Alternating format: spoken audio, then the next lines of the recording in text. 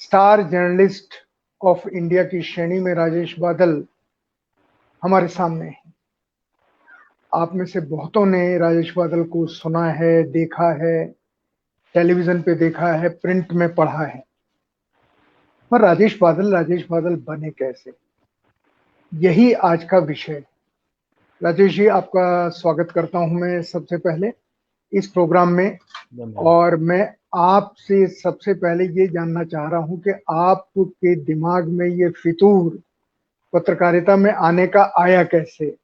थोड़ा सा बैकग्राउंड बताइए, संक्षिप्त में बताएंगे तो अच्छा होगा, लेकिन जितना आवश्यक हो उतना बताइए। आप पत्रकारिता में आए कैसे और आने पर क्या आपको कठिनाइयां झेलनी पड़ी, बस इतना। उसके बाद फिर हम बातचीत शुरू करें। संतोष जी, दरअसल जिंदगी में कई बार ऐसे होता है कि इंसान सोचता कुछ और है और उसकी नियति कहीं और ले जाती है। जब मैं कॉलेज के ज़माने में आया, कॉलेज में पढ़ने के लिए आया, तो शायद मैं सेना में जाना चाहता था और मेरे पिताजी मुझे डॉक्टर बनाना चाहते थे। लेकिन उन्हीं दिनों आपको याद होगा, लोकनायक जयप्रकाश नारायण जी का आंदोलन शुरू हुआ और हम सब लोग उस आंदोलन में शामिल हुए। और इस तरह से आपातकाल जब लगा तो उसके बाद मेरी दिशा मुड़ गई पत्रकारिता की ओर। और संयोग से जिन्होंने मुझे उस समय पत्रकारिता के एकदम शुरुआती दिनों में पाला पोसा, परवरिश की मेरी, वो थे काकोरी षड्यंत्र कांड के एक सेनानी जो उन दिनों दैनिक जागरण के संपादक हुआ करते थे। राम सेवक रावत उनका नाम था। तो उन्होंने मुझे पाला पोसा और उसके बाद मैं राजेंद्र माथुर के छत्र छाया में चला गया। इस तरह से मेरी पत्रकारिता की शुरुआत हुई। मुश्किलें तो बहुत आई क्योंकि उस समय पत्रकारिता कोई पूर्णकालिक जरिया तो था नहीं, आमदनी का कोई था नहीं, तो घर वालों को समझाना पड़ा बहुत ही मुश्किल से वो माने कि पत्रकार बनने में कोई फायदा है या मुझे बन जाना चाहिए। और उसके बाद उन दिनों का कुछ ऐसे माहौल था कि एक बहुत ही बड़ी घटना घटी थी हम लोगों के जीवन में, कॉलेज के जीवन में। उस हम्म। घटना ने मेरी दिशा पूर्णकालिक पत्रकारिता की ओर मोड़ दी। उसमें 1-2 मिनट लगेंगे, अगर आप कहें तो मैं सुना देता हूँ। जी प्लीज प्लीज, जरूर। हुआ ये ये था कि कार्यक्रम ही एक आपका है। जी मैंने कहा ये कार्यक्रम आपका है, आप जो चाहें वो जी बताएं। जी। हुआ ये था संतोष जी कि एक घटना घटी थी जिस शहर में मैं पढ़ता था। वहाँ एक पुलिस अधिकारी ने एक महिला के साथ दुष्कर्म किया था। और हम लोग उसके विरोध में, जो वहाँ का समाज था, वो सारा सड़कों पे आ गया था। और जो अधिकारी था उसके खिलाफ कार्रवाई की बात हो रही थी। तो हम लोग रिपोर्टिंग करते थे उस वक्त। तो पुलिस ने उस जुलूस पर फायरिंग की, कुछ लोग घायल हुए थे, एक आध कोई शायद किसी की मौत भी हुई थी।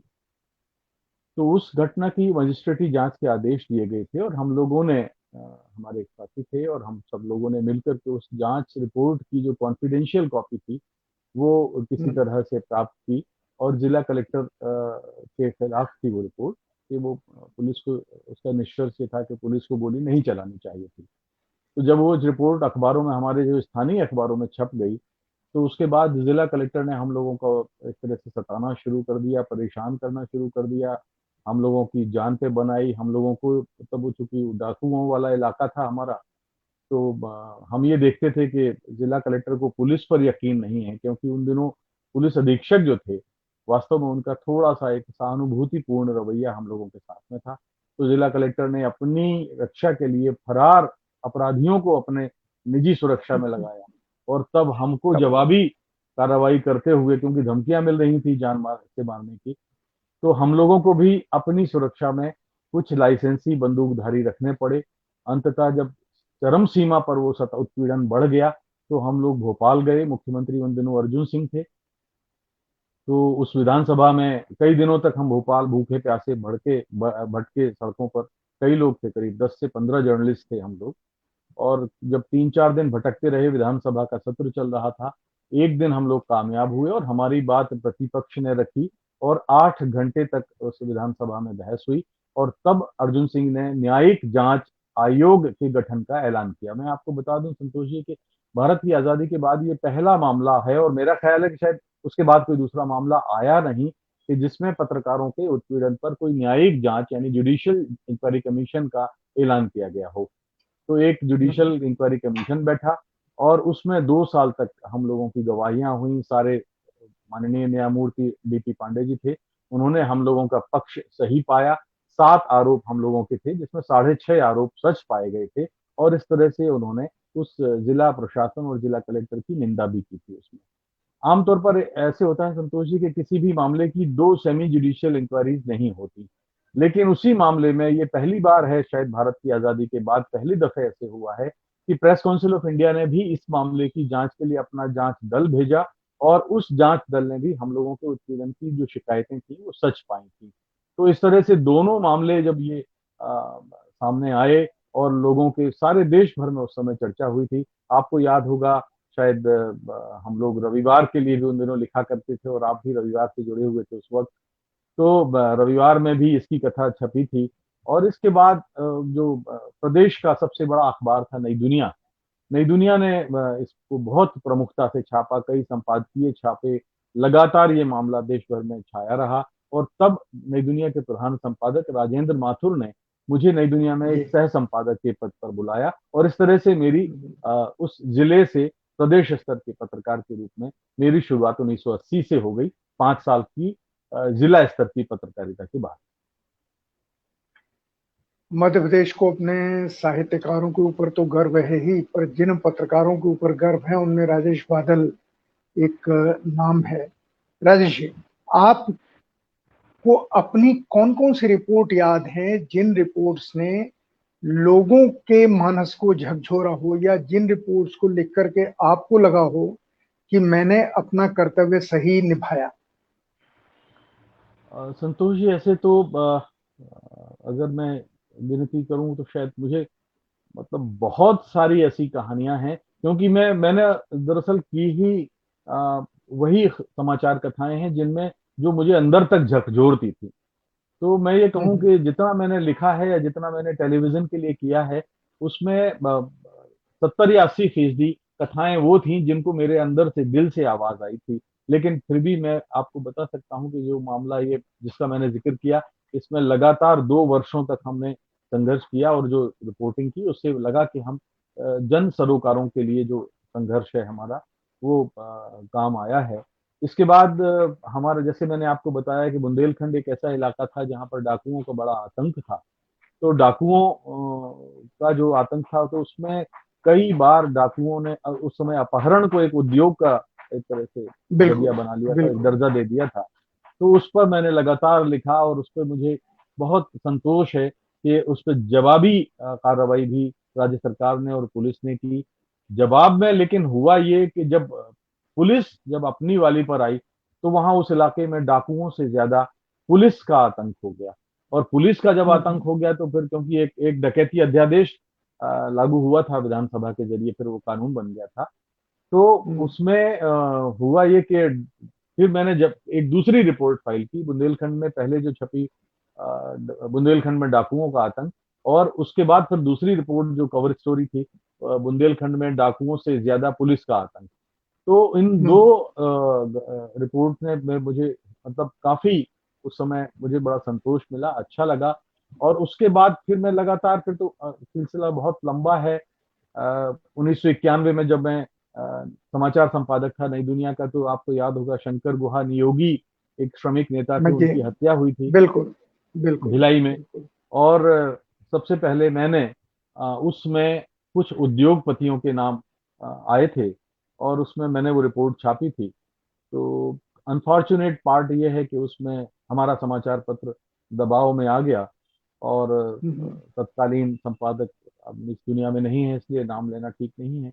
लेकिन मैंने अपनी लड़ाई जारी रखी। मुझसे कहा गया कि इसका खंडन छापना है। मैंने कहा जब मेरे पास सबूत हैं, सारी चीजें जानकारियां हैं, तो मैं खंडन किस बात का छापूं। तो इस मुद्दे पर मुझे इस्तीफा देना पड़ा। बाद में वो संघर्ष सड़कों पर आया, और अंततः जब इस मामले की जांच हुई, तो ये पाया गया कि मैंने जो रिपोर्ट छापी थी, जो मैंने रिपोर्ट फाइल की थी, वो रिपोर्ट 100% सच थी। तो मुझे लगता है कि एक प्रिंट में रहते हुए ये 2-3 कथाएं ऐसी हैं, वैसे तो बहुत हैं। टेलीविजन में भी इसी तरह से कई बार कुछ जैसे कि टेलीविजन टेलीफोन में। टेलीविजन टेलीविजन टेलीविजन पे हम बाद में आएंगे। पहले जी तो ये जी बताइए कि प्रिंट में जिन जिन संपादकों के साथ आपने काम किया, उनमें से जी। कौन आपको याद रहे, किन्होंने आपको ज्यादा सिखाया या किन्होंने आपको ज्यादा निखारा? मैंने आपको बताया कि एक जो मेरी एकदम शुरुआती परवरिश जो थी, वो एक राम सेवक रावत जी थे। काकोरी षड्यंत्र कांड जो हुआ था, उसके जो क्रांतिकारी थे, उस दल में शामिल थे। और बम बनाने के परीक्षण करते हुए उनका एक हाथ आधा उड़ गया था। और उसके बाद जब उस घटना से तो वो अलग हो गए, लेकिन क्रांतिकारियों के साथ बने रहे। और जब वो दैनिक जागरण के समाचार संपादक बने, तो उन्होंने मुझे जिला संवाददाता बनाया। और उसके बाद उनका प्रभाव, पहला प्रभाव था जो मुझ पर रहा। अक्सर मैं उनसे जब कहता था कि मैं कॉलेज में पढ़ रहा हूँ, मेरे पास मुझे अपना खर्चा खुद उठाना होता है, मेरे पिताजी इतने सक्षम नहीं है, तो आप कुछ तो पैसा दिलाइए, मेरी मेहनत। सुबह से साइकिल से 5 बजे से उठता हूँ, बस पे खबर रखने जाता हूँ, लिफाफा रखने जाता हूँ, से लेकर रात को 11 बजे तक अगले दिन का लिफाफा बनाने का तक। और मेरी अपनी एमए की पढ़ाई भी है। तो उन्होंने कहा कि राजेश जी, अगर हम सब ऐसा सोचते तो देश आज़ाद नहीं होता। ये मेरे कानों में हरदम ये बात गूंजती रहती गूंजती है। है। हाँ, कि पत्रकारिता पैसे के लिए नहीं है। लेकिन फिर भी मैंने उनसे अपनी, मैंने कहा ये बात सही है। मैं उसके प्रति, आपके प्रति, उसके लिए मैं बहुत ही श्रद्धा है मेरे मन में। और शहीदों के लिए बहुत ही मैं उनको सलाम करता हूँ, सैल्यूट करता हूँ। लेकिन मेरे लिए भी बहुत मुश्किल है कि मैं दिन भर आपके लिए काम करूं और मुझे कुछ ना मिले। श्रम का मुझे कुछ भी मूल्यांकन चाहिए। तो मुझे 5 रुपए महीने से उन्होंने मूल्यांकन शुरू किया और 5 रुपए महीने देना शुरू किया। और मैं आपको बता दूं कि 5 रुपए मुझे ही मिलते थे, और 5 रुपए बस के उस क्लीनर को मिलते थे, जो मेरा लिफाफा उस अखबार के मुख्यालय तक ले जाता था, झांसी ले जाता था। और महीने में एक दिन जब वो मेरा वेतन 5 रुपए आता था, तो वो 10 रुपए आता था। और वो बस का जो क्लीनर था, मैं उसको आज भी याद कर पाता हूँ। तो 5-5 रुपए बांट के हम लोग एक एक समोसा चाय पी की एक पार्टी करते थे। और इस तरह से कि वेतन आ गई है, इस तरह से हम काम करते थे। तो पहली परवरिश राम सेवक रावत की रही। लेकिन जैसे मैंने बताया कि जो छतरपुर कांड हुआ था, जो जिसकी जुडिशियल इंक्वायरी हुई थी, उसके बाद राजेंद्र माथुर ने मेरा लगातार लेखन देखा, क्योंकि नई दुनिया में लिखना मैंने 1977 से शुरू कर दिया था, जब जनता पार्टी सत्ता में आई थी। उस चुनाव से मेरी शुरुआत हुई थी नई दुनिया में भी लेखन की। तो राजेंद्र माथुर ने मुझे एक प्रस्ताव किया कि मैं इंदौर में आ जाऊं और नई दुनिया में सह संपादक के रूप में कुछ पद रिक्त हैं। तो मैंने वहाँ, हालांकि मैं उन दिनों कॉलेज में पढ़ा रहा था, और ठीक ठाक सा मतलब पैसा मिल रहा था, करीब करीब 1000 रुपए उन दिनों। 4 फिगर में सैलरी होना या 4 फिगर में अर्निंग होना बहुत बड़ी बात होती थी। आपको याद है कि उस समय जिला कलेक्टर या आईएएस होते थे, उनका वेतनमान 425 से 750 से 850 होता था। तो उस समय मैं अपने जिले में करीब करीब 1000 रुपया फ्रीलांसिंग से कमा रहा था। तो राजेंद्र माथुर जी ने 400 रुपये का प्रस्ताव किया। मैंने उसको थोड़ा सा बढ़वाया और 450 रुपये से इस तरह से मेरी पारी नई दुनिया के साथ शुरू हुई। राजेंद्र माथुर जी को मैं जब याद करता हूँ, तो मैं पाता हूँ कि मैं इस शताब्दी का हिंदी का सबसे बड़ा संपादक मैं उनको मानता हूँ। अंग्रेजी के प्रोफेसर थे, लेकिन उन्होंने खुद भी हिंदी की पत्रकारिता का क्षेत्र चुनाव किया था। और उन्होंने, उनसे मैंने जो सीखा, भाषा, शब्दों का प्रयोग, पढ़ना, अध्ययन कितना आवश्यक है एक पत्रकार के लिए, वो मैंने राजेंद्र माथुर जी से सीखा। और दूसरा ये कि वो अगर उनका मन बोलता था, तो वो फिर बहुत ही पत्रकारिता के उन दोनों तय सिद्धांतों के आगे जाकर के भी ये काम करते थे। मैं आपको एक घटना बताऊं कि उन्हीं दिनों जी। सुरेंद्र प्रताप सिंह जी रविवार के संपादक थे, और वो इंदौर आए थे वसंत पोद्दार के यहाँ। वसंत पोद्दार रविवार के स्तंभ लेखक थे, मेरे प्रियजन, और पहले यायावर की डायरी लिखते थे। तो मेरी मुलाकात सुरेंद्र प्रताप जी से वहां हुई थी, वसंत पोद्दार के घर में। और राजेंद्र माथुर जी से भी सुरेंद्र प्रताप जी की पहली मुलाकात वहीं हुई थी। तो उस एसपी ने कहा कि राजेश को आप रविवार को सौंप दें, मैं उनसे रिपोर्टिंग कराना चाहता हूँ। तो माथुर साहब ने मना किया कि मैं हम अभी इनको अभी हम इनको तराश रहे हैं, ये उनका शब्द था। हम्म। अभी मैं इनको नहीं छोड़ सकता, अभी मैं इनको अपने तरीके से पत्रकार बना रहा हूं। आपको कोई रिपोर्टिंग कभी कभी करानी हो तो करा लिया करें। अब देखिए, एक संपादक जिसके स्टाफ में मैं काम करता हूं, पूर्णकालिक पत्रकार हूं, और वो एक रविवार जैसी पत्रिका के लिए मुझे अनुमति दे रहा था कि मैं रिपोर्टिंग करूं, रेगुलर रिपोर्टिंग करूं। और इस तरह से रविवार के साथ और नई दुनिया के साथ, दोनों के साथ समानांतर मेरी पारी चलती रही। मैं कह सकता हूं कि जितना पैसा मुझे नई दुनिया से मिलता था, उतना ही रविवार से हर महीने मिल जाता था। एक अर्जुन सिंह जब मुख्यमंत्री थे तो उन्होंने एक हम उनके खिलाफ एक मामला आया था और उन पर करप्शन के बहुत सारे आरोप लगे थे। तो हम लोगों ने एक कवर स्टोरी की थी रविवार के लिए, और उसमें एसपी ने छापा था अर्जुन सिंह पर भ्रष्टाचार के आरोप और हमारी निष्पक्ष जांच, ये उसका शीर्षक था। हमारी निष्पक्ष जांच, देखिए नई दुनिया का पत्रकार रविवार के लिए कर रहा था, राजेंद्र माथुर की अनुमति से कर रहा था। और उसके बाद अर्जुन सिंह बहुत चमकदार नाम था, कद्दावर नाम था, बड़ा नाम था भारतीय राजनीति में उस समय, जो प्रादेशिक बिल्कुल प्रादेशिक बिल्कुल। क्षत्रप थे कांग्रेस के, उनमें। तो जैसे ही ये छपा, रविवार के सारे अखबार, सारे पूरे मध्य प्रदेश से गायब करा दिए गए, जब्त करा लिए गए। वो कवर स्टोरी कहीं लोगों को पढ़ने को नहीं मिली। और उस समय हम लोगों को कलकत्ता, मतलब बात करना हो तो एसटीडी लगाने के लिए मैं एक किराए की साइकिल लेकर के 25 पैसे घंटे पर मैं एसपी को बताने गया कि ये जो कवर स्टोरी छपी है, इससे ये मध्य प्रदेश से गायब हो गई है। तो एसपी ने कहा कि राजेश आप चिंता मत करो, ये पूरे मध्य प्रदेश में 24 घंटे के अंदर फिर बढ़ जाएगा। और न जाने कैसे क्या हुआ, कुछ में उसमें वो लंबी कहानी है, बहुत लंबी कहानी है वो, कि कैसे वो अखबार रविवार दोबारा आया और कैसे गांव गांव तक पहुंच गया।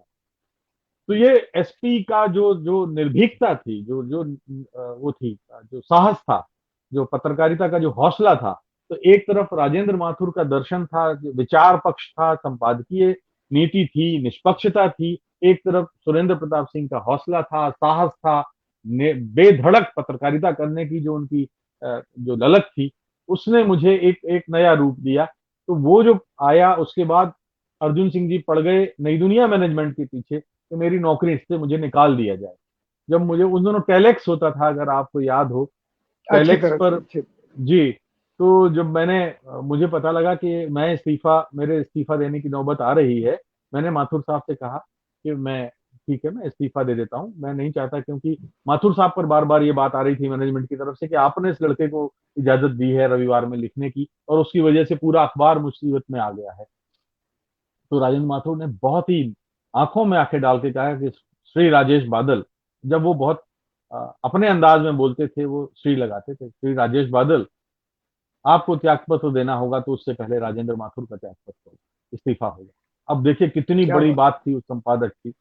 और मैं ये बात बताने के लिए फिर दूसरी बार एसपी सिंह को, वो जीपीओ गया, किराए की साइकिल ली 25 पैसे घंटे की कमल किराना स्टोर से, और मैं उनको बताया कि राजेंद्र माथुर जी का इस्तीफा हो जाएगा इसके कारण। उन्होंने कहा राजेश चिंता मत करो, राजेंद्र माथुर जी मेरे लिए भी उतने ही सम्माननीय हैं जितने तुम्हारे लिए, उनका इस्तीफा नहीं होने दूंगा और तुम नौकरी में भी बने रहोगे। मैं नहीं जानता क्या हुआ, 3:30 बजे जब मैं अपनी ड्यूटी पर गया, तो टेलेक्स पर मेरा एक अपॉइंटमेंट लेटर रविवार से आया हुआ था उप संपादक के पद पर, और जो मैं वहां पा रहा था उससे 100-150 रुपए ज्यादा थे। और उससे पूरे मैनेजमेंट में हड़कंप मचा हुआ था, क्योंकि वो टेलेक्स सबके साथ पास नहीं होता था, वो मैनेजमेंट के का जो एरिया था वो उसमें वहां रखा रहता था। तो जैसे ही ये हुआ और ये घटना हुई कि मैं मुझे छोड़ के रविवार में जाना पड़ेगा, तो उसके बाद ना राजेंद्र माथुर का इस्तीफा हुआ और ना मेरा इस्तीफा हुआ, और इस तरह से मेरी पत्रकारिता चलती रही। डेस्क पर मुझे अंदाजा रहा। और प्रिंट में जब 3 साल बीते, उस 1980 से लेके 85 के बीच में जो बड़ी घटनाएं कवर की, उनमें इंदिरा गांधी की हत्या थी, उसके बाद जो दंगे हुए थे वो कवर करने का अवसर मिला। भोपाल की जो गैस ट्रेजेडी थी, भयावह गैस त्रासदी थी, उसको कवर करने का मौका मिला। डेस्क पर रहते हुए एशियाड और गुट निरपेक्ष देशों का सम्मेलन जो हुआ था, राजीव गांधी का आगमन हुआ था, राजीव गांधी की जो मध्य प्रदेश की पहली यात्रा थी वो मैंने एक्सक्लूसिवली कवर की थी, और इंदिरा गांधी की जो आखिरी यात्रा थी उनकी हत्या के सिर्फ एक हफ्ते पहले, वो मैंने कवर की थी, और उनसे सीधे साक्षात्कार दोनों से लिए थे, राजीव गांधी से भी और इंदिरा गांधी से भी। चंद्रशेखर की पदयात्रा हुई थी, आपको याद होगा, वो भी जी जी। हमें कुछ एक दिन उनके साथ कवर करने का मौका मिला था।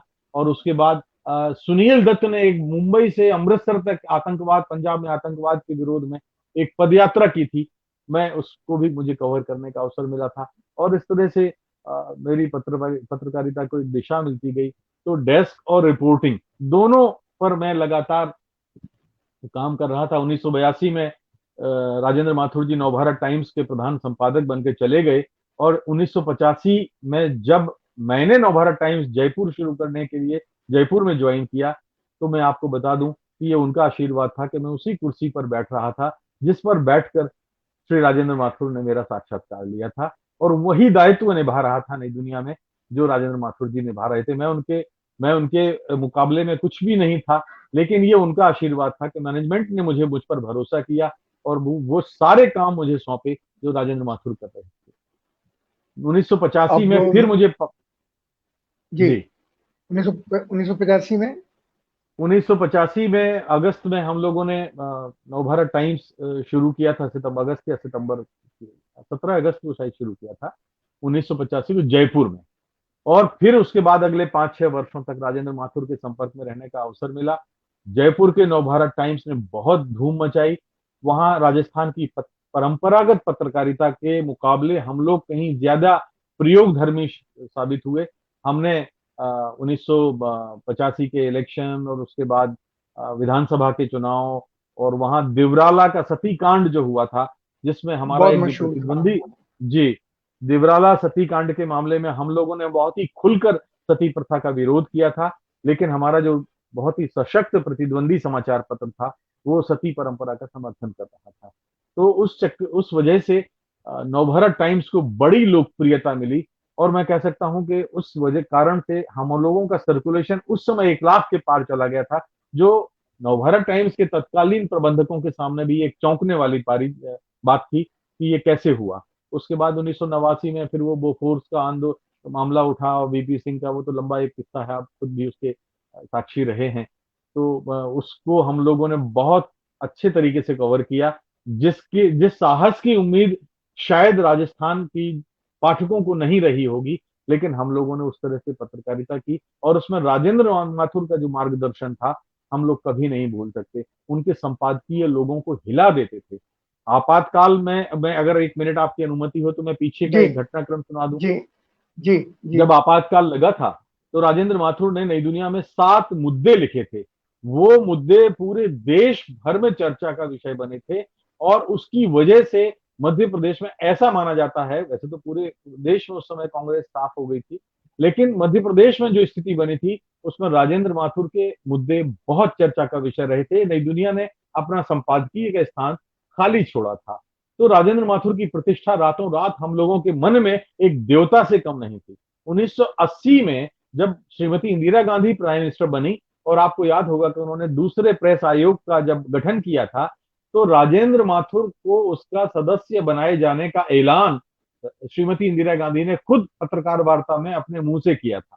तो उस समय यह बड़ा चर्चा का विषय बना था कि एक साहसी महिला ने एक साहसी पत्रकार का सम्मान किया है, बहादुर महिला ने एक बहादुर संपादक का और पत्रकार का सम्मान किया है। तो ये एक बात थी। उसके बाद 1985 में नवभारत टाइम्स की बात, तो उनसे बहुत सीखा, बहुत चीजें, लगातार लेखन भी हुआ धर्मियों में। लेकिन हाँ, रविवार 86 के बाद अगर मैं ठीक याद करूं तो उदयन जी आए थे, और उसके बाद फिर मैं एक एक ही आलेख उदयन जी के समय लिखा था, और उस समय भी राजेंद्र माथुर जी ने मुझे अनुमति दी कि मैं रविवार में लिखता रहूं। लेकिन फिर किन्हीं कारणों से फिर मैंने रविवार में जब बदलाव हुए तो वो बदलाव मुझे पसंद नहीं आए, और मैंने फिर अपने आप को विड्रॉ कर लिया कि अब ये वो रविवार एसटी वाला रविवार नहीं है, और मैंने अपने आप को उसमें से अलग कर लिया। लेकिन जयपुर मेरी जिंदगी में अविस्मरणीय इसलिए है कि जयपुर ने मुझे टेलीविजन से जोड़ा। जो मेरी प्रिंट, हालांकि मैं अपने आप को प्रिंट का पत्रकार मानता हूं, आज भी मुझे प्रिंट पोसाता है, सुख देता है, लेकिन लोग मुझे टेलीविजन के जर्नलिस्ट जानते हैं, और टेलीविजन की अब पारी मैं जो है जयपुर से शुरू हुई। अब मैं यहाँ से दूसरा सवाल करूं उसके पहले आपके समय से 1 मिनट चुरा के 3 यादों को साझा करना चाहता हूँ। जी। पहली याद है काकोरी ट्रेन डकैती कांड की। उस केस में मेरे पिताजी भी थे और ओ। वो भी पकड़े गए थे। राम प्रसाद बिस्मिल जी को फांसी हुई थी जी। उसमें, जी और फादर के खिलाफ फांसी के सबूत नहीं थे, तो अंग्रेज उस समय क्या करते थे कि जिसको ज्यादा सजा नहीं दे सकते थे उसको छोड़ सकते थे, जिसके पास सबूत उनके पास नहीं होते थे। जी और जी जी आज के मुकाबले में ये कह सकता हूं कि अंग्रेज सरकार ज्यादा सबूत और कानून का आदर करती थी, बावजूद इसके कि कानून को वो तोड़ती मरोड़ती थी। बिल्कुल। दूसरा नाम दूसरा नाम राजेश जी, राजेंद्र माथुर जी का। राजेंद्र माथुर जी ऐसे यशस्वी संपादक हुए हैं, और अगर भारतीय पत्रकारिता में देखें तो कम ऐसे संपादक हुए हैं, लेकिन फिर भी हुए हैं, जैसे धर्मवीर भारती हैं, राजेंद्र माथुर जी हैं, राहुल बारपुते जी हैं, जी, और और दरअसल राहुल आप राहुल रघुवीर बारपुते ही राजेंद्र माथुर जी को बनाने वाले थे, वही बनाने राजेंद्र वाले, माथुर जी को। बिल्कुल जी जी बिल्कुल। और एक इनका नाम ले सकते हैं आप, अज्ञे जी का, रघुवीर साहे जी का, सुरेंद्र प्रताप सिंह जी का। ये ऐसे लोग हैं जिन्होंने पत्रकार बनाए, और बिल्कुल। पत्रकार ऐसे बनाए जो पत्रकारिता के क्षितिज के बिल्कुल अम, नगीने हैं। जितने भी उन्होंने लोग पैदा किए, वो हर एक ने अपनी कहीं ना कहीं छाप छोड़ी, चमक छोड़ी, आज भी चमक रहे हैं जो हैं हमारे बीच में। और जो चले गए हैं उनका लेखन अभी भी जगमगा रहा है। राहुल जी बारपुते जी का एक किस्सा है, एक आधा मिनट फिर आपसे चुराता हूँ। जी मैं यहाँ से कड़ौली जा रहा था, उन दिनों तरुण शांतना एक संगठन हुआ करता था, उसमें हिस्सा लेने हाँ के लिए, और मेरी जेब कट जी गई। मेरी जेब कट जी गई इंदौर में, इंदौर होते हुए जा रहे थे। वहां के एक सज्जन थे किशोर शाह, जो हमारे साथ बिहार आंदोलन में पहले मीसा बंदी थे। मैं था, कुमार प्रशांत थे, और किशोर शाह थे। तो मैं किशोर जी के घर पे गया हुआ था इंदौर, मिलने के लिए जाते हुए मेरी जेब कट गई। मैंने उनसे कहा नहीं, मैं सीधे चला गया नई दुनिया के दफ्तर, राहुल जी से मिला। राहुल बारपुते जी को मैंने अपनी समस्या बताई कि मैं क्या करूं। उन्होंने कहा कुछ लिख सकते हो? मैंने कहा हाँ, क्यों नहीं लिख सकते। कहने लगे तुम जहां जा रहे हो वहां के बारे में लिखो। और संयोग से माथुर जी से मेरा परिचय वहीं हुआ। उन्होंने माथुर जी को बुलाया, कहा देखो ये संतोष भारती हैं, जयप्रकाश जी के और विनोबा जी के आंदोलन में साथ हैं, उनके संगठन में है, इनकी जेब कट गई है, मुझे इनसे कुछ लिखवाना है।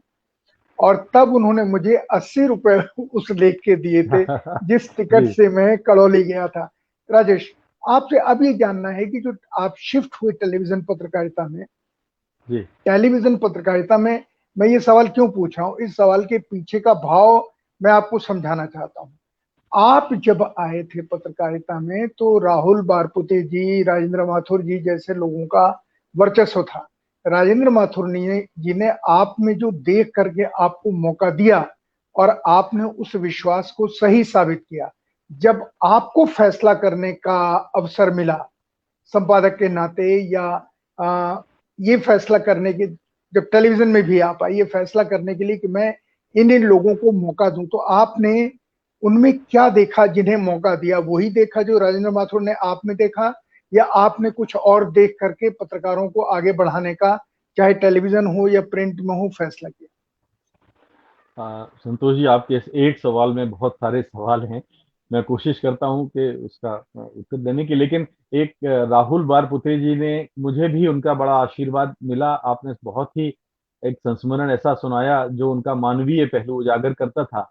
मैं आपको बता दूं कि 1982 में जब राजेंद्र माथुर नवभारत टाइम्स के प्रधान संपादक हुए, उससे पहले नई दुनिया के 1980 में प्रधान संपादक थे। और राहुल बारपुते ने, आजकल देखिए कोई संपादक पद छोड़ना नहीं चाहता, राहुल बारपुते 1980 में प्रधान संपादक थे नई दुनिया के। उन्होंने कहा कि मैं 60 साल का हो गया हूं और अब मेरी जगह राजेंद्र माथुर को प्रधान संपादक होना चाहिए। और तब क्या राजेंद्र बात माथुर जी को प्रधान संपादक बनाया गया था। राहुल बारपुते जी ने फिर एक एक मानद कहना चाहिए कि एक संपादकीय सलाहकार जैसी कोई भूमिका अपने लिए स्वीकार कर ली थी। 1982 में जब राजेंद्र माथुर नवभारत टाइम्स चले गए तो मैं नई दुनिया में काम करता रहा। और मेरी चेयर, और राहुल बाबा, हम लोग उनको बाबा बोलते थे बातचीत, तो लगातार 3 साल तक हम लोग आजू बाजू बैठते थे और बाबा की चेयर आगे होती थी। उनको नींबू की चाय बड़ी पसंद थी, तो वो तो एक अलग बात है। लेकिन मैं ये बताना चाहता हूँ कि हर सोमवार को बाबा का एक लंबा संपादकीय नई दुनिया में प्रकाशित होता था, जो समसामयिक संदर्भों को लेकर होता था। और उसमें वो ऐसा संपादकीय दर्शन परोसते थे जो आज के पाठकों के लिए उससे बेहतर मानसिक खुराक कोई दूसरी नहीं हो सकती। तो बिल्कुल। जो मंडे को छपता था, और संडे को हम पूरे हॉल में हम 2 ही 3 लोग बैठते थे, क्योंकि संडे मेरा ऑफ शनिवार को होता था। तो वहां नई दुनिया की एक परंपरा थी कि जो वो संपादकीय लिखते थे, बाबा लिखते थे, वो अपने किसी सहयोगी से निश्चित रूप से उसको एक बार जांचने के लिए देते थे। तो उस समय निब वाले पेन चलते थे, लाल पेन हाँ। से। जी।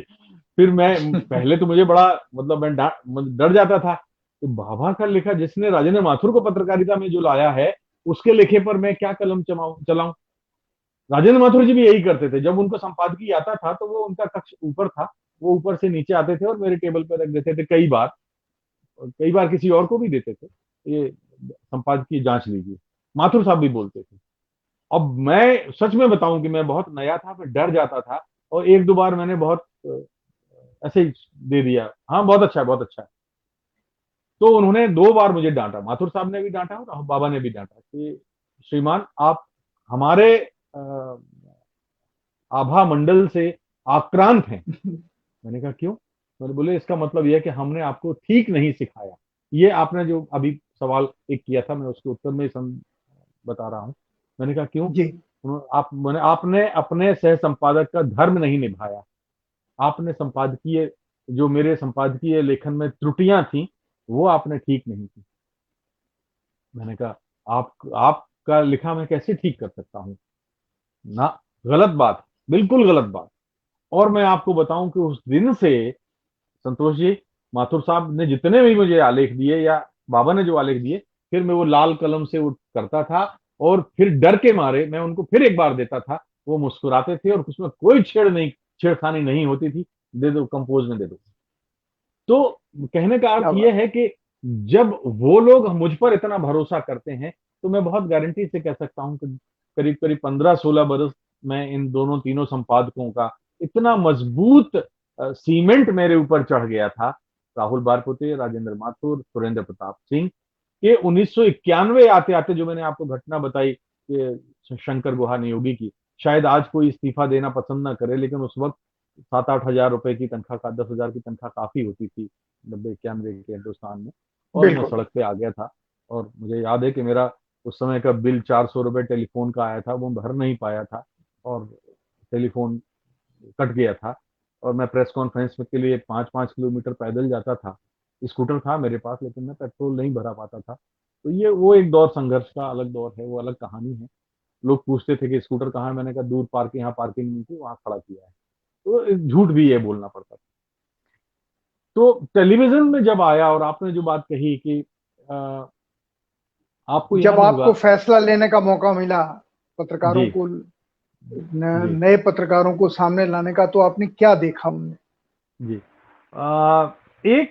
इसी बीच में एक एक बिंदु जोड़ने वाली कड़ी और है, अगर आप कहें तो 1 मिनट में सुना हम्म। दूं, उसके बाद जी मैं उस पर प्लीज। आता हूं। प्लीज। कि जब जी। ये मैं इस 1988 89 में जयपुर का दूरदर्शन केंद्र शुरू हुआ, और फिर मैंने राजेंद्र माथुर, और उस वक्त एसपी भी आ गए थे, तो इन दोनों की जो जुगल जोड़ी थी, जो करिश्मा कर रही थी हिंदुस्तान की पत्रकारिता में, आजादी के बाद लखनऊ, जयपुर, पटना और मुंबई की जो काया पलट हुई थी, बिल्कुल। वो इस जोड़ी ने की थी। अगर बिल्कुल। आपको तो सब याद होगा। बिल्कुल। तो उन्नीस सौ बिल्कुल। अठासी बिल्कुल। नवासी में जब दूरदर्शन जयपुर का शुरू हुआ, तो मैंने फिर उनसे अनुमति चाही कि आपने रविवार में मुझे लिखने की अनुमति दी थी, मैं दूसरी बार आपको अनुमति आपसे चाह रहा हूं कि मैं नवभारत टाइम्स का कर्मचारी हूं, एम्प्लॉय हूं, क्या मैं टेलीविजन पर खबरें पढ़ सकता हूं? क्योंकि मेरा रेडियो के साथ रिश्ता रहा था, पहले रेडियो में खबरें पढ़ी थी, आ, आकाशवाणी के साथ अनाउंसर रहा था, प्रोग्राम बनाए थे, नाटक लिखे थे, रूपक लिखे थे, और कई तरह के फील्ड रिपोर्ट्स की थी। तो रेडियो से भी अलग मेरा समानांतर रिश्ता चल रहा था। तो इस वजह से दूरदर्शन जयपुर ने अपने शुरुआत जब हुई, तो उनको समाचार वाचक, या उस समय समाचार वाचक ही बोलते थे, चाहिए थे। तो उन्होंने, माथुर साहब और एसपी सिंह ने, दोनों ने मुझे कहा कि राजेश, अब देश आने वाले दिनों में टेलीविजन का है, दस्तक टेलीविजन ने दे दी है, आप बेशक जाइए, और हो सकता है कि आपको टेलीविजन में ही आगे जाके काम करना पड़े, इसलिए आप अपने आप को तैयार कीजिए। ये 1988 में राजेंद्र माथुर और एसपी ने दिल्ली के दफ्तर में साथ बैठ के, एक ही कक्ष में बैठ के मुझसे ये बात कही। मैं आ गया। आपको याद होगा एक जनवाणी नाम का एक प्रोग्राम आया करता था दूरदर्शन जयपुर विनोद से, दुआ का, विनोद दुआ विनोद का, दुआ का दिल्ली था, से, दूरदर्शन विनोद दुआ दिल्ली का। से, हाँ। और उसमें एक जब चूंकि अभी आप जिस संगठन की बात कर रहे थे, मुझे अशोक गहलोत भी शायद उससे कहीं संबद्ध थे। और अशोक गहलोत उस समय केंद्रीय मंत्री थे। जनवाणी में। अशोक गहलोत तो उस संगठन के अच्छे सदस्य हुआ करते थे कभी, जी जी। तरुण सेना के। हाँ, तो मैं बिल्कुल उसी से, वहां से ही असल में वो राजनीति में चले गए थे। तो अशोक गहलोत जी को जनवाणी में बुलाया गया था। उस समय राजीव गांधी प्रधानमंत्री थे। और उनके, विनोद दुआ के तीखे सवाल ऐसे थे कि वो उत्तर नहीं दे पाए थे अनेक सवालों का, और उन्हें बाद में उनसे इस्तीफा ले लिया गया था।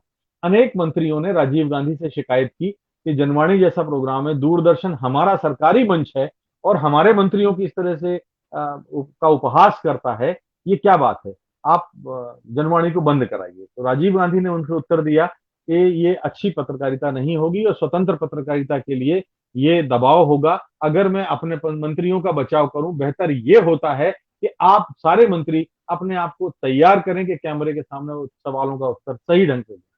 तो एक प्रधानमंत्री के रूप में राजीव गांधी का ये जो जवाब था, अखबारों में भी छपा था उसके। तो जी जी। मैं संयोग से 1991 में, 92 में, जब मैं सड़कों पे भटक रहा था, विनोद दुआ ने परख नाम का एक प्रोग्राम शुरू किया था। और बिल्कुल परख, बिल्कुल। जी, परख फिर हम लोगों ने मिलकर शुरू किया। और परख के पहले एपिसोड से आखिरी एपिसोड तक हम लोगों ने काम किया। उस समय टेलीविजन पत्रकारिता सिखाने का कोई औपचारिक संस्थान उस तरह से तो नहीं था। तो हम लोग करो कमाओ सीखो वाली योजना के तहत अपना सीखते भी जा रहे थे, करते भी जा रहे थे। और परख में बहुत सारे लोगों को मैं लाया, उनकी निर्भीकता के कारण, उनकी पत्रकारिता के कारण, और उनके अपने सोच के कारण। विनोद दुआ ने मुझे अवसर दिया कि मैं उन लोगों को लाऊं जो एक अच्छे पत्रकार बाद में साबित हुए। तो मुझे कहना चाहिए कि जो राजेंद्र माथुर से सीखा था, मुझे परख में इस बात का पहली बार अवसर मिला था कि मैं उन लोगों को सामने लाऊं, और विनोद दुआ ने मुझे उसकी पूरी आजादी दी थी। और उसमें कई लोग शामिल हैं, मुकेश कुमार भी उसमें आते हैं, मनोरंजन भारती भी उसमें आते हैं, प्रीतिपाल कौर भी उसमें आती हैं, रुचि कुमार भी जो लखनऊ में इस समय इंडिया टीवी की हैं, वो भी उसमें आती हैं। सब ये सब उस समय उसी दौर में शामिल हुए थे। उसके बाद लोग ये समझते हैं कि आज तक देश का पहला निजी क्षेत्र का समाचार बुलेटिन या है। ये सच नहीं है संतोष जी। एक और शून्य बीच में एक अंतराल ऐसा आया था, जब परख पहले एपिसोड से आखिरी एपिसोड तक चला और समाप्त हो गया, तो एक न्यूज वेव नाम से एक दैनिक समाचार बुलेटिन जो प्राइवेट निजी क्षेत्र से आया था, वो आज तक के पहले का था।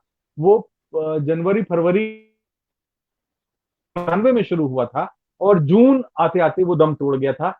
वो भी विनोद दुआ ने शुरू किया था, और उस समय भी नरसिंह राव प्राइम मिनिस्टर थे, और उस समय भी उसने निष्पक्ष पत्रकारिता की मतलब मिसालें कायम की थी। तो मैं कह सकता हूं कि मेरी जिंदगी में लगातार ऐसे ऐसे लोग मुझे मिलते रहे जिन्होंने निष्पक्षता के सामने अब कोई समझौता नहीं किया अपने उस कीमत पर।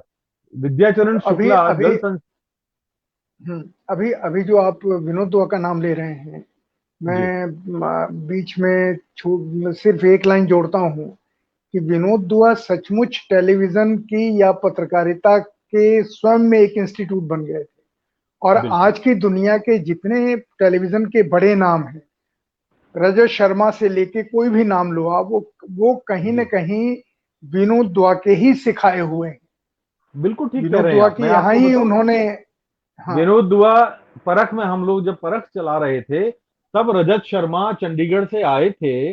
और तब हम पंजाब, उत्तर प्रदेश, महाराष्ट्र, मध्य प्रदेश, राजस्थान है उस उन इलाकों पर खासतौर पर मैं रिपोर्टिंग करता था, और पंजाब हरियाणा से रजत शर्मा रिपोर्टिंग करते थे। तो रजत शर्मा उस समय टेलीविजन के लिए दक्ष नहीं थे। तो हम लोग जब कैमरामैन भेजते थे, जो उस जमाने के बहुत ही मशहूर कैमरामैन थे, इंदर मोहन सिंह कथुरिया या राफे सुल्तान, वो जाते थे उनके साथ और उनको काफी सारी चीजें बताते थे। तो इस तरह से रजत शर्मा, और परख के गुलमोहर पार्क में, जो 2016 गुलमोहर पार्क का जो दफ्तर था, उसमें रजत शर्मा जी की शुरुआती क्लासेस हुई हैं। उसके बाद दिलीप पटगांवकर ने भी ऐसे ही किया, जब उन्होंने आपका शुरू किया था। तो दिलीप पटगांवकर जी का भी शुरुआती टेलीविजन का संस्थान परख ही था और विनोद दुआ ही थे। बादशाह सेन होते थे, उनका भी शुरुआती बादशाह, जो हाँ वही। जी बादशाह है ना, एग्जैक्टली। तो हाँ बादशाह, बादशाह का नाम जी, याद कर रहा तो वो था। परख का ही संस्थान था और विनोद दुआ ही वो नाम और चेहरा है जिन्होंने रजत शर्मा को गढ़ा, जिन्होंने दिलीप पडगांवकर को गढ़ा और रचा। आज भले ही उनकी मदद हम कर पाए या नहीं कर पाए, मैं तो उनके साथ अभी बीते दिनों जब हुआ था तो खड़ा हुआ था, अकेले दम तक मैंने कहा था कि मैं आपके साथ हूं, क्योंकि मुझे मालूम है कि ये षड्यंत्र है। बाकी अभी कल परसों एडिटर्स गिल्ड की एक बैठक हुई थी आम सभा की, मैंने भी उसमें, और कुछ लोगों ने कहा कि विनोद दुआ के साथ हम क्यों खड़े नहीं हो पाए। तो ये अफसोस की बात है कि जो व्यक्ति अपने आप में एक इंस्टीट्यूट हो, और उस समय टेलीविजन भारत में जो आया था तो उस समय आप मान के चलिए कि पूरे एशिया में सबसे बड़ा संस्थान था। आज भी दूरदर्शन का जो नेटवर्क है संसार का सबसे बड़ा नेटवर्क है। तो विनोद दुआ बिल्कुल, आज से 30 बरस पहले वो एक चलता फिरता संस्थान बन चुके थे एशिया में। बिल्कुल, हम आज उसकी बिल्कुल। कदर नहीं कर पा रहे हैं। तो एक तो तो विनोद जी का नाम आपने ले, एक एक एक जी एक नाम और मैं बीच में याद ले लूं, नहीं तो प्रोग्राम समाप्त हो जाएगा, मैं भूल जाऊंगा। आपने जी अम, आपने नाम लिया इंदौर में,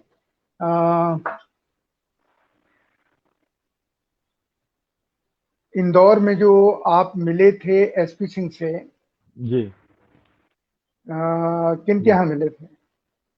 ये वसंत पोद्दार, आपको याद होगा वसंत रविवार पोद्दार। में नहीं नहीं, यायावर की मैं डायरी। जी हाँ हाँ, मैं वसंत पोद्दार जी का इसलिए जिक्र करता हूँ कि जब जी इंदौर जाता तो वसंत पोद्दार पोद्दार जी खाने के लिए बुलाते थे, लेकिन उन दिनों मैंने एक जी 10 से प्रभावित क्षेत्रों की यात्रा की थी। ये एसपी का आइडिया जी था कि तुम जी घूमो और डाकुओं के उन इलाकों में जाओ, वहां की जी सोशियो इकोनॉमिक पॉलिटिक्स पे लिखो।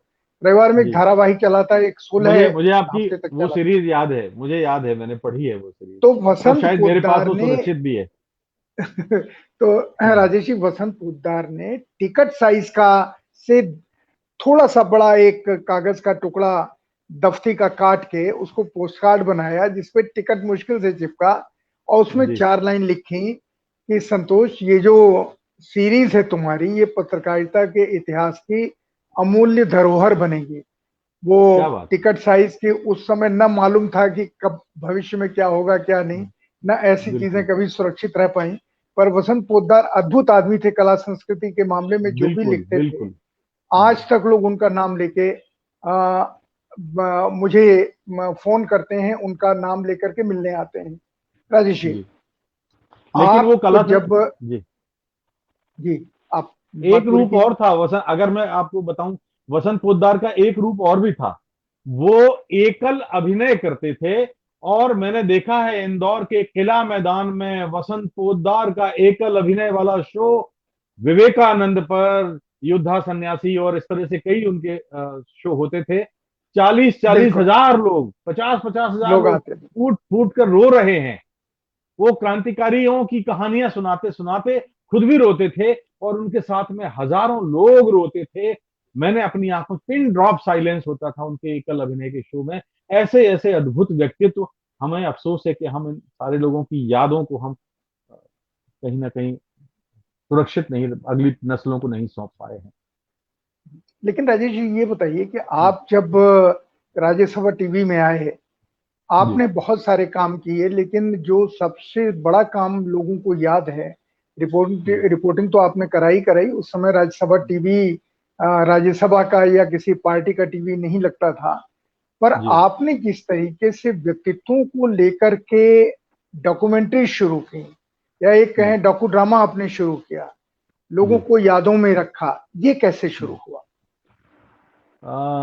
दरअसल इसकी कहानी है, इसकी ये कहानी है कि 2019 2010 अगस्त सितंबर की बात है। डिप्टी चेयरमैन थे उस समय मिस्टर कुरियन, उनके दफ्तर से एक मुझे संदेश आया, और मेरे से वो बात करना चाहते थे। तो बात की, लंबी बात हुई, आधा पौन घंटे 1 घंटे तक बात चली। वो उनका ही इच्छा थी कि हम राज्यसभा टेलीविजन शुरू करना चाहते हैं, और मैंने कहा जब लोकसभा टीवी है तो राज्यसभा टीवी क्यों, स्वाभाविक सी बात है, आप क्या चाहते हैं।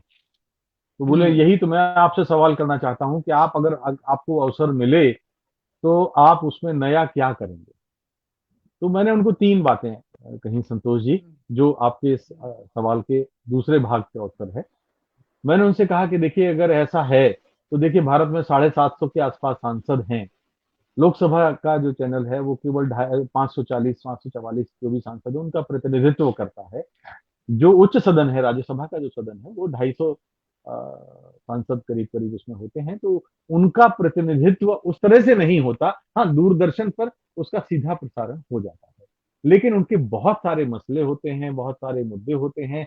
संसद के अंदर कितनी कमेटियां बनती हैं जो साल भर काम करती हैं। आज हम भले ही संसद की सर्वोच्चता पर सवाल खड़े होते देखते हैं, लेकिन मैं आपको बता दूं, मैं 2010 की जो संसद थी, आप बताइए 2007 या 8 में ग्लोबल वार्मिंग पर इतनी मोटी रिपोर्ट है संतोष जी।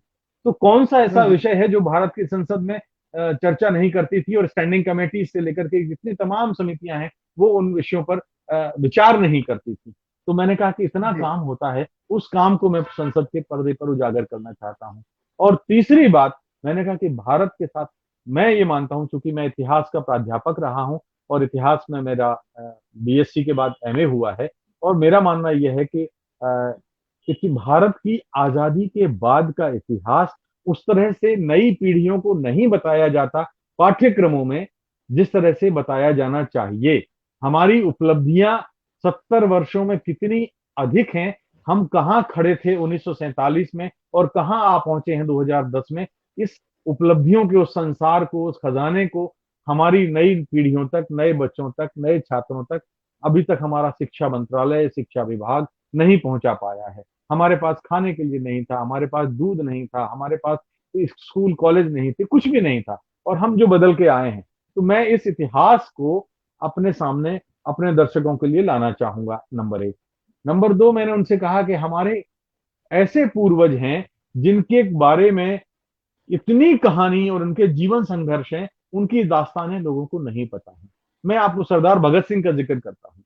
सरदार भगत सिंह के ऊपर इतनी फिल्में बनी हैं, शहीद से लेकर रंग दे बसंती, और बाद में भी एक आध फिल्म आई है। सरदार भगत सिंह की वास्तविक दास्तान उसके अंदर नहीं है। सरदार भगत सिंह की जिंदगी उसमें नहीं है। सरदार भगत सिंह तो पत्रकार थे मूलतः, उनकी पत्रकारिता का कहीं कोई जिक्र नहीं आता। तो मैंने जब उनको बताया, उनको ये सारी बातें पसंद आई, और मैंने कहा भारत की संसद का चैनल होने के नाते मुझे इसके सभी भारत के तमाम जिंदगी के तमाम पहलुओं की चिंता करने का हक है। तो मैं साहित्य, संस्कृति, कला, फिल्म, सभी, तो मैंने उस नजर से अपने उन पुरखों को याद करने के लिए मैंने ये सीरीज शुरू की। और मैं बहुत ही आपको विनम्रता से कहना चाहूंगा संतोष जी, कि भारत में बायोपिक का जो सिलसिला राज्यसभा टेलीविजन के जरिए मैंने शुरू किया, उससे मुझे बहुत संतोष मिला है। मिलियंस मिलियंस में उसके दर्शक हैं, यूट्यूब पर जो फिल्में हैं। और देखिए, कौन याद करता आर के लक्ष्मण, सारे कार्टूनिस्टों के लिए, हिंदुस्तान की नहीं, समूचे बिल्कुल विश्व के कार्टून कारों के बिल्कुल। भगवान जैसे हैं।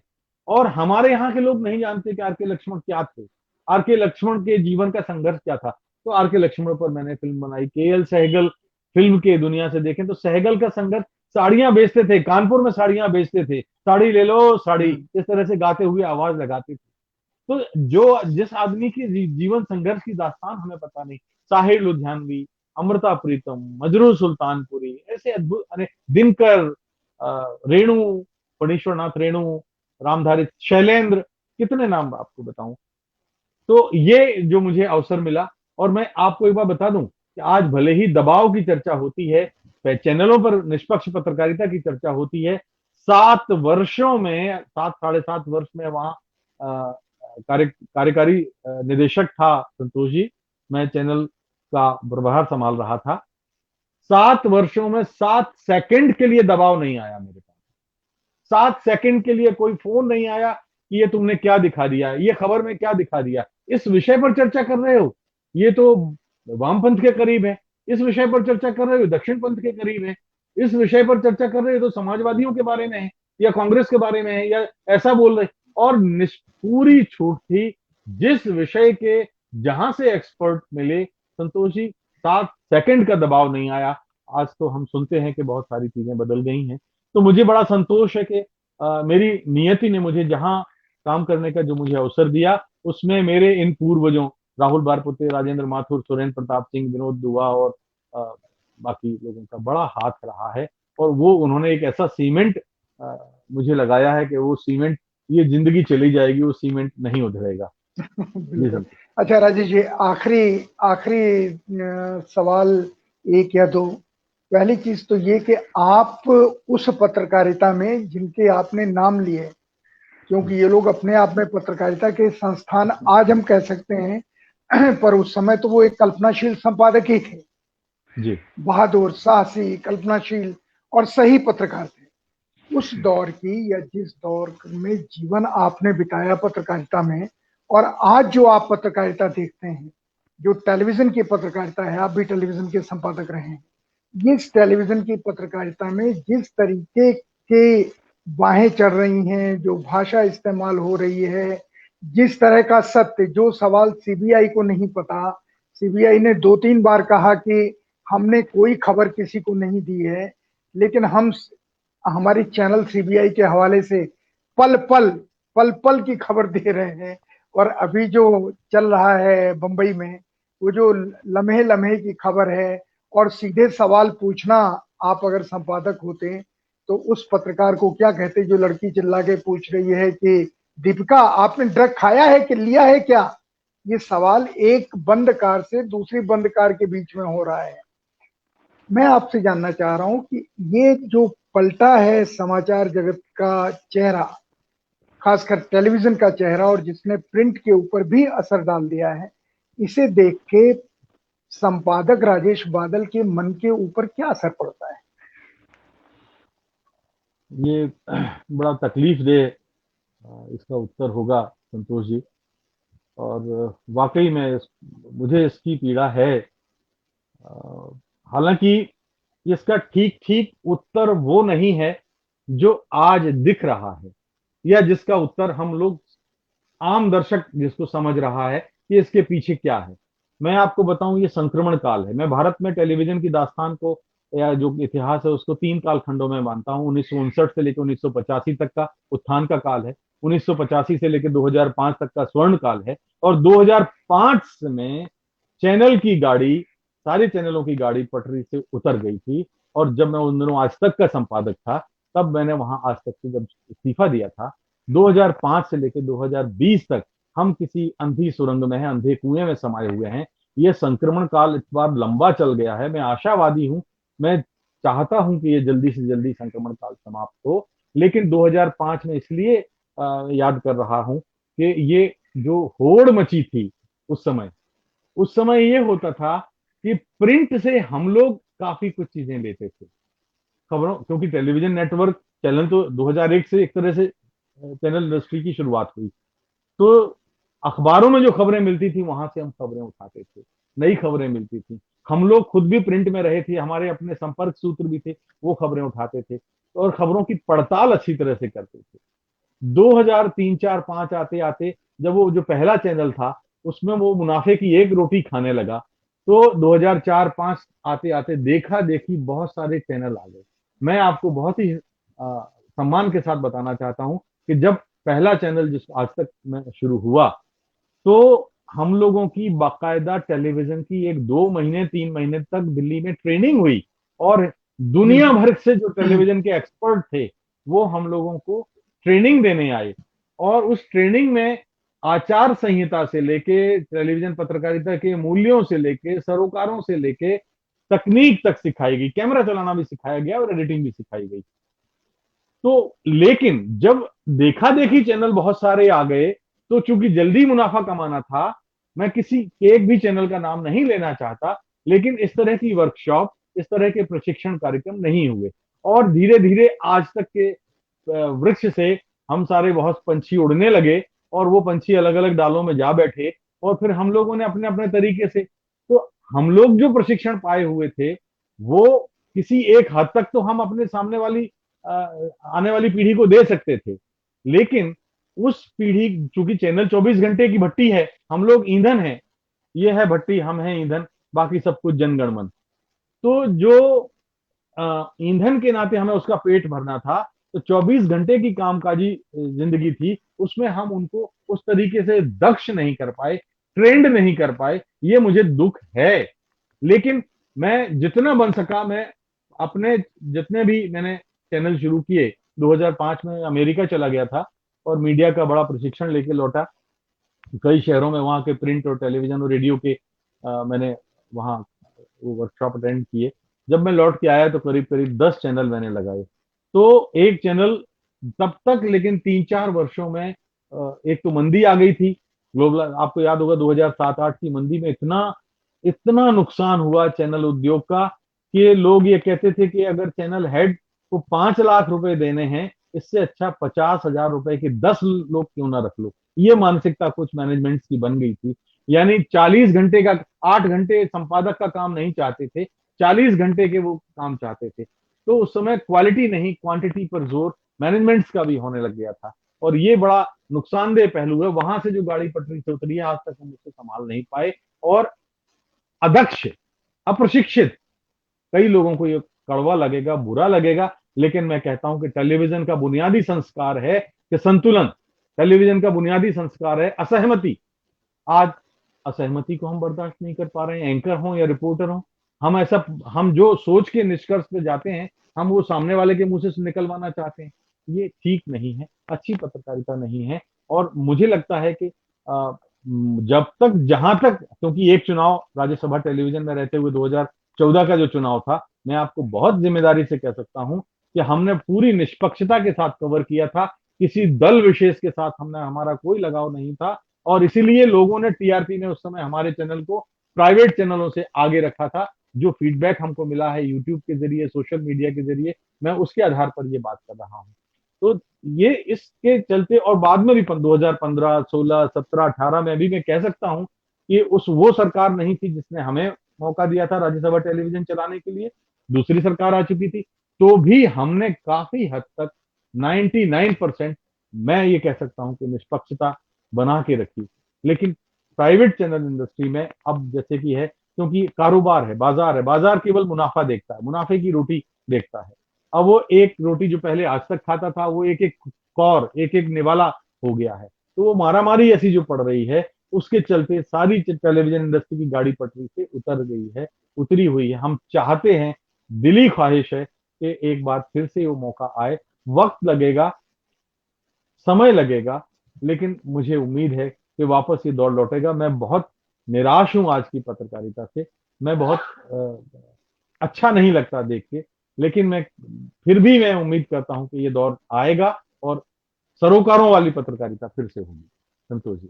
राजेश जी, आखिरी सवाल, हम वक्त क्रॉस कर चुके हैं, पर वक्त को की कठपुतली हम लोग नहीं है। आखिरी सवाल आपसे ये पूछ रहा हूँ कि आने वाले पत्रकारों को, जिनके मन में सपना है पत्रकारिता के आदर्शों का या पत्रकारिता के ग्लैमर का, आप उनको क्या राय देते हैं? उनको पत्रकारिता में आना चाहिए? आना चाहिए तो क्या क्या खतरे सोच के आना चाहिए? देखिए, मैंने आपसे कहा था कि मैं फौजी बनना चाहता था, पत्रकार नहीं बनना चाहता था, लेकिन मेरी नियति मुझे पत्रकारिता में ले आई। आज मैं 44 साल की पत्रकारिता के बाद कह सकता हूं कि दुनिया में इससे अधिक आनंद देने वाला कोई दूसरा काम नहीं है। ये मेरे लिए तो व्यवसाय नहीं है, कारोबार नहीं है, ये मेरे लिए एक धड़कती हुई जिंदगी है। और अगर आप इसमें आनंद ले, नए लोगों के लिए मैं कहना चाहता हूं कि अगर आप आनंद लेना चाहते हैं तो आपको इसमें गोता लगाना आना चाहिए। आज नए पत्रकारों ने पढ़ना लिखना बंद कर दिया। जब तक आप पढ़ेंगे लिखेंगे नहीं, तब तक आप अच्छे पत्रकार नहीं बन सकते। और पढ़ने लिखने का मतलब सिर्फ किताबें और ग्रंथों को पढ़ना लिखना नहीं है, जिंदगी को भी पढ़ना है। ऑब्जर्वेशन आज के पत्रकारों का बहुत कम हो गया है। तो जिंदगी को जब तक आप नहीं पढ़ेंगे, तब तक आप अच्छी पत्रकारिता कर भी नहीं सकते, ऐसा मेरा सोचना है। तो आने वाले दिनों को मैं कह रहा हूँ कि मैं उम्मीद से भरा हूं, लेकिन नए लोग जो आ रहे हैं, खासतौर पे थोड़ा सा एक तकलीफ होती है कि जो प्रशिक्षण संस्थान है, जो इंडस्ट्री खड़ी हुई है, 2007-8 का आंकड़ा मैं आपको बताऊं, ये टेलीविजन इंडस्ट्री समूची जो थी, वो 10 लाख करोड़ का भी कारोबार पार कर गई थी शायद। अगर मंदी के बाद कुछ कम ज्यादा हुआ हो तो मुझे ताजा आंकड़ा नहीं है मेरे पास। लेकिन जो प्रशिक्षण संस्थान आए हैं, उनके पास ना तो अच्छे स्टूडियो हैं, ना अच्छे प्रशिक्षक हैं, ना शिक्षक हैं, ना उपकरण हैं, ना लैब हैं। तो जब अच्छे संस्थानों, बड़े बड़े संस्थानों की बात कर रहा हूं मैं, और माफ कीजिए, वो उन बच्चों को सर्टिफिकेट तो देना चाहते हैं, देते हैं, लेकिन उनको एक अच्छा जर्नलिस्ट नहीं बनाना चाहते। एक बात में हम वरिष्ठ पत्रकार जो आजकल कहलाने लगे हैं, तो हम लोगों को, अपने साथियों और मित्रों से कहना चाहूंगा कि 40 साल काफी होते हैं। 40-42 साल के बाद आप भी अपने अनुभवों को दीजिए और पत्रकारिता शिक्षण में आइए, पत्रकारिता के प्रशिक्षण में आइए। अगर हम आने वाली पीढ़ियों को तैयार नहीं करेंगे तो हमसे बड़ा अपराधी कोई दूसरा नहीं होगा। फिर हमें ये शिकायत करने का हक नहीं है कि नई पीढ़ी ऐसा पत्रकारिता कर रही है। वो तो जैसा देख रही है कि आज की पत्रकारिता यही होती कि एक चैनलों में चीख पुकार हो, एंकर चिल्लाए, झगड़ा करे, गाली गलौज हो, मेहमानों का अपमान हो। अरे गेस्ट क्यों कहते हैं आप? गेस्ट का मतलब है अतिथि, मेहमान। मेहमानों का अपमानित कर 4,000 रुपए, 3,000, 5,000 रुपए में वो आते हैं, अपना अपमान करा के चले जाते हैं। तो ये चीख पुकार का जो पत्रकारिता है, ये बिना पढ़े, जैसे आपने कहा कि एक कार में बैठ के, ये कोई तरीका है? 2005 का जो मैंने जिक्र किया था, संसद में एक पत्रकार थी जिन्होंने एक बहुत बड़े राजनेता से सवाल कर लिया था। जब पूरे सवाल जवाब कर लिए कि आपका नाम क्या है, ये बहुत ही चर्चा में आया था कि बताइए, उस प्रख्यात राजनेता का नाम तक उन्हें नहीं पता था और वो मुद्दे पर सवाल कर रहे हैं। तो जब तक जिंदगी की पाठशाला में वो नहीं पढ़ेंगे, तब तक वो अच्छे पत्रकार कभी नहीं बन सकते। पढ़ना लिखना जरूरी है। आपके पास आज आज बमुश्किल 500 शब्द हैं सारे एंकर्स के पास, रिपोर्टर्स के पास और कॉपी राइटर्स के पास। एक अच्छा एंकर, रिपोर्टर, संवाददाता बनने के लिए और कॉपीराइटर बनने के लिए, स्क्रिप्ट लेखक, आलेख लेखक बनने के लिए कम से कम 5 लाख शब्दों का भंडार चाहिए हमको जी। अब आज की जिंदगी उनको पढ़ने का अवसर ही नहीं देती। हमारे जमाने में तो, उस जमाने में तो ये मुझे याद है, किताबों की लाइब्रेरी अखबारों में होती थी और लोग पढ़ते थे, किताबें इशू कराते थे और जाकर के बैठ के पढ़ते थे। अब तो अगर कोई टेलीविजन चैनल का पत्रकार जाकर के, एक अव्वल तो लाइब्रेरी नहीं मिलेगी आपको, और अगर लाइब्रेरी बन भी जाए और कोई एंकर वहां जाकर के पढ़ना चाहे, तो लगेगा कि जैसे वो तनख्वाह मुफ्त की पा रहा है, बिना काम किए तनख्वाह कर रहा है, तो पढ़ने जाता है। ये भी मैंने देखा है। तो ये जो चीजें हैं, नए पत्रकारों को इस बात से बहुत समझना बिल्कुल। चाहिए कि हम लोग जब तक हैं, जहां से हम लोगों ने टेलीविजन का उत्थान देखा है, उत्कर्ष देखा है, जितना हमसे सीख सकें वो सीख लें, और हमारे सारे मित्र जितना उनको सिखा सकें सिखा लें। अन्यथा आने वाले दिन तो थोड़ा सा संवेदनशील हैं, चुनौतियों से भरे हैं, संघर्ष तो है। राजेश, इससे बातचीत को यहीं समाप्त करते हैं। हालांकि बातचीत जब शुरू हुई थी तो बहुतों को लगा होगा कि क्या बातचीत करेंगे, पर अब जब बातचीत समाप्त हुई तो आपने देखा कि पत्रकारिता की तकलीफें, पत्रकारिता के उत्साह, पत्रकारिता के विषय, क्या करना चाहिए क्या नहीं करना चाहिए, इसका द्वंद्व और अपने गुरुओं के प्रति श्रद्धा जो आपने देखी, इसने शायद आपको ये बताया होगा कि राजेश बादल कैसे बने और क्यों आज लोग राजेश बादल को याद करते हैं और क्यों राजेश बादल का महत्व आज की पत्रकारिता की दुनिया में है। राजेश जी, आपको बहुत बहुत धन्यवाद इतना वक्त देने के लिए। आगे आपसे फिर बात आपने करेंगे क्योंकि आपके पास बहुत अनुभव है, वो अनुभव लोगों के पास तक आने चाहिए। तो लेकिन आज का प्रोग्राम यहीं समाप्त करते हैं। अगली मुलाकात तक के लिए मैं फिलहाल के लिए इस प्रोग्राम को रोकता हूं और अगली बार जब हम राजेश जी से मिलेंगे तो इनकी जिंदगी में बहुत सारे लोग आए, साधारण से लेके महत्वपूर्ण तक, उनके बारे में भी बातचीत करेंगे। नमस्कार। नमस्कार संतोष जी, आपने मुझे मौका दिया, अवसर